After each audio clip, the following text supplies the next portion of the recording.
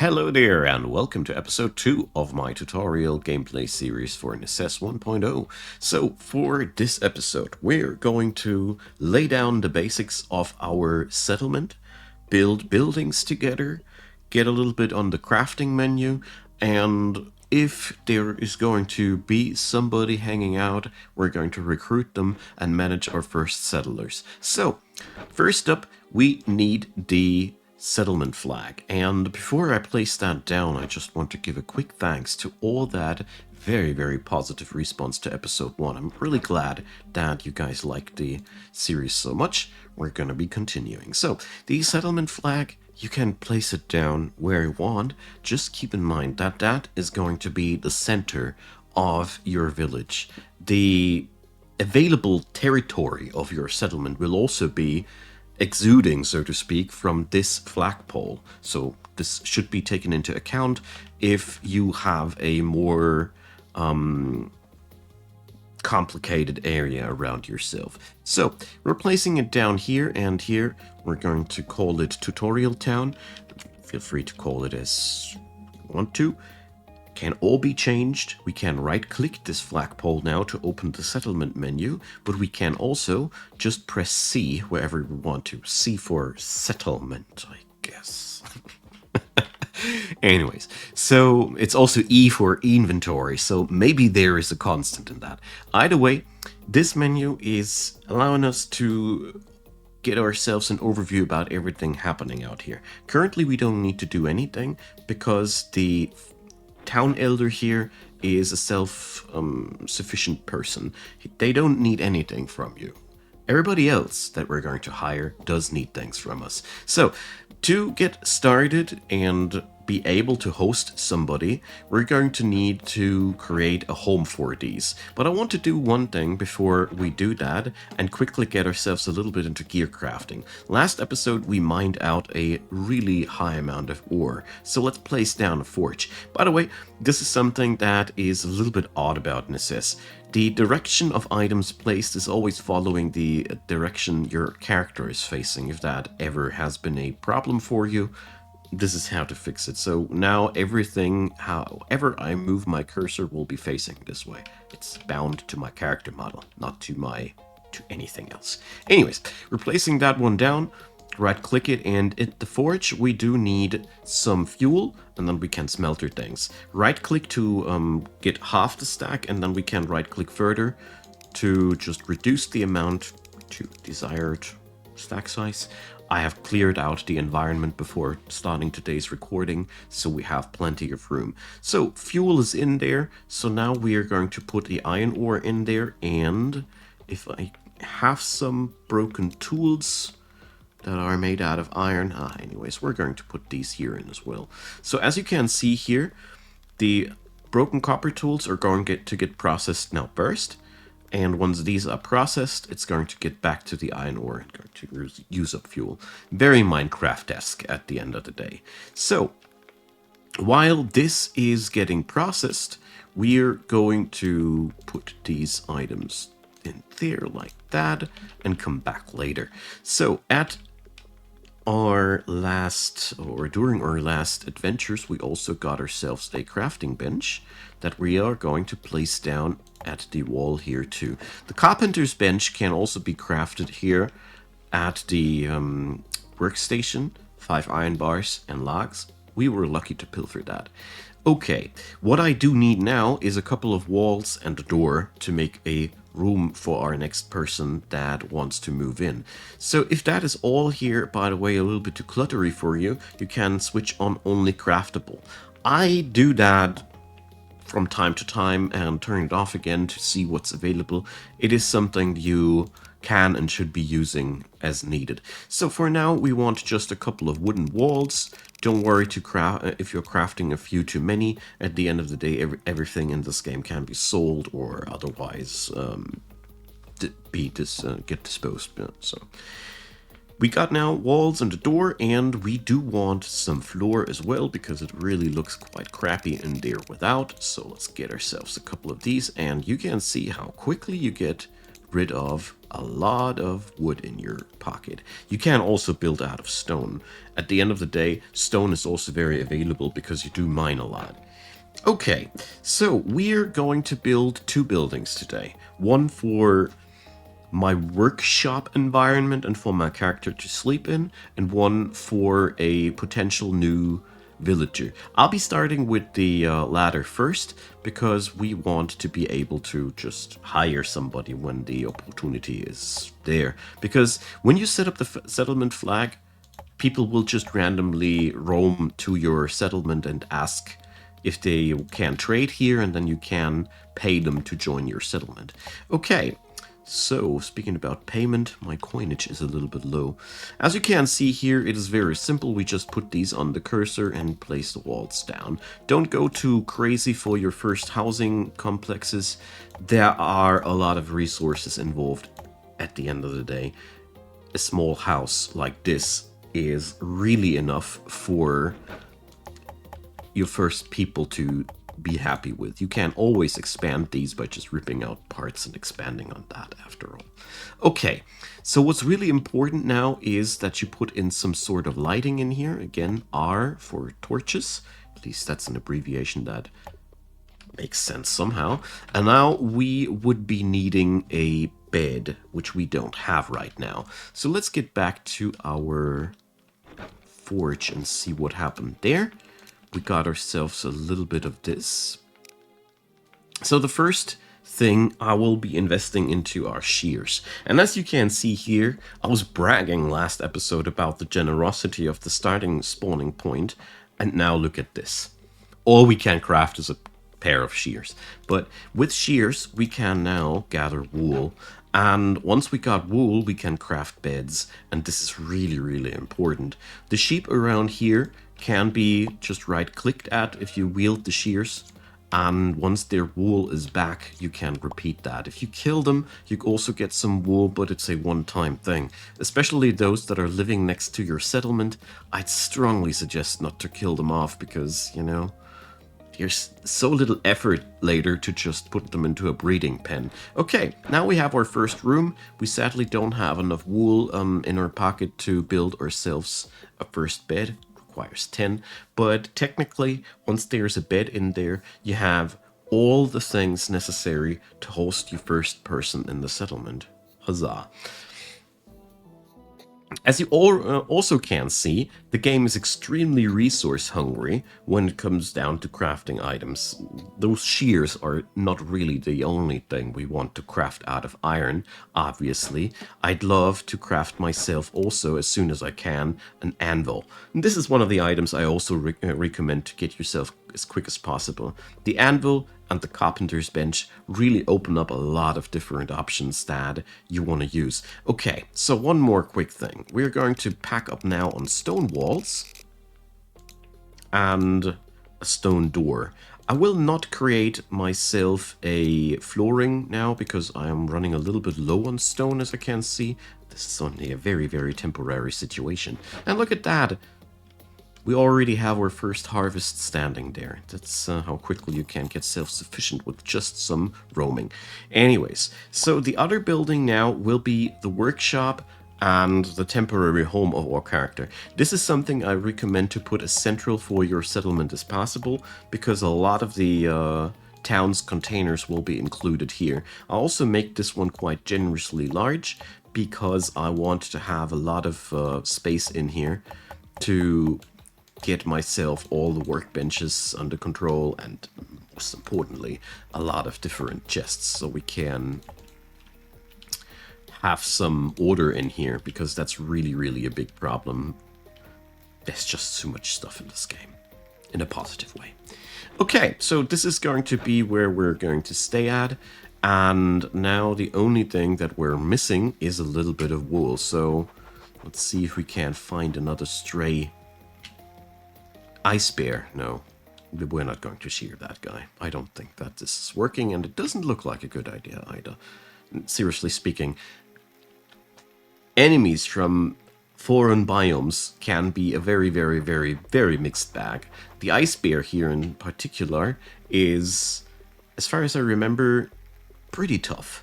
I don't know how many things have changed with 1.0. I'm still finding out myself. Right now I'm just looking for a couple of sheep, by the way. Something to finish at least the first bed, but we don't seem to be that lucky. So the next thing we need to do is to get ourselves a little bit more ore and everything. So you'll be going for quite the mining jobs there. Oh, there's a cow. It's not really what we're needing here. So, okay, we're going to go for something else then. Oh, look at that. We're going to pick up these guys. As you can see, roaming around is always yielding you something, even if not what you're looking for. But the blueberry bushes, we can't multiply them by ourselves. They're only growing wild, and yeah, therefore, it's pretty good to keep them. Oh, look at that. There we go. Finally, we got enough for our first bed. Just wanted to complete that project before moving on to the next step, you see. So at the carpenter's bench, you also can produce much more specialized furniture. As you can see here, oak furniture.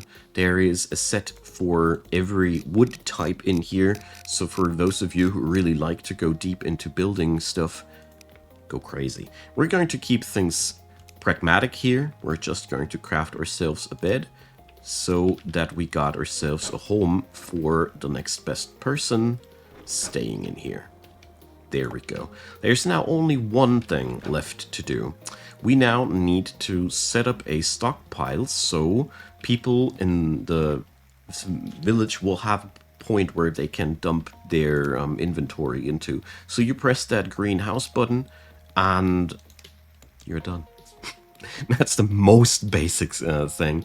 Now all we did is allowing the settlers to come to harvest things here and put it into the chest. Not more. The village elder, though, is not interested in these things. He's not going to do anything like that. So we're going to have to wait until somebody joins the settlement. I will go underground, gather some resources until that happens. And after an extensive stroll underground, where I got myself some nice amount of ore, we finally have Stan the farmer roaming to my town. Comes with a couple of chicken, which I don't really can tame right now. But as soon as the person comes, they have a question mark over their head, and we're going to ask him, and the coin I collected in the underground. You find it in all these boxes. When you ask the people what they can do, they show you what kind of jobs they can do. The good thing about a farmer is they can do a specific kind of farm work that other people can't do. I'm quite sad that we can't get ourselves those chicken because we don't have a rope, but whatever. It's not that much of a big deal. We can get that later. So as soon as the farmer now is recruited, as you can see, Stan already goes crazy. That is because Stan can immediately identify the storage box as free, and there's work to do. As you can see, you don't need to assign anything to them. They just go for it. We can now talk to them and take the items out of their inventory manually, or just let them do their thing. As you can see, Stan now moves over to the bench to have a chat. Later they will go to the chest. Okay, press C to check on out. As you can see there, Stan is already automatically assigned to this Spartanic little chamber here, and the happiness is plus 61. Let's talk with Stan and see how they are feeling. So, you can now see why and how these points come together. Negatives will be mentioned here as well. Everybody that you can and will recruit in your settlement has the something something in their title. As you can see here, Shane the Elder, Stan the Farmer. There's one type of people that is really not that much of a great idea to recruit in larger amounts, and that's villagers. That's because villagers don't have any specific extra abilities. They can just do labor, and that's that. Don't think though that having villagers in your city is a bad thing though. For one, you can always throw them out if you don't need their services anymore. And the other thing is, well, sustaining people in this game is shockingly easy. At the beginning of the game, I would really recommend to take the very first best person roaming into your village, even if it is just a villager. The good part about villagers is they don't require much money to get recruited. That's a good side to everything, I guess. So here's two more things that I want to show in terms of settlement management before we move to the end of today's video. So everything here, harvest-wise, will be happening automatically. To get yourself more farming going, you need to go over here to the crafting bench and craft yourself some farmland. Last episode, we pilfered some cabbage seeds, and we want to use them. So we need to create 5 farmland and drop them down wherever we want to. I'm going to fill them in here like that. And then you just put the seeds into the hotbar or just pick them up like that. I like how flexible the controls of this game are. And now the cabbage has been sown out. And the villagers now will automatically harvest when ready and keep it on the field and repeat ad nauseum. This little field here, I guess, is enough for at least 3 or 4 people, if not more. You just got to check on your food storage how much food there is available at any given time.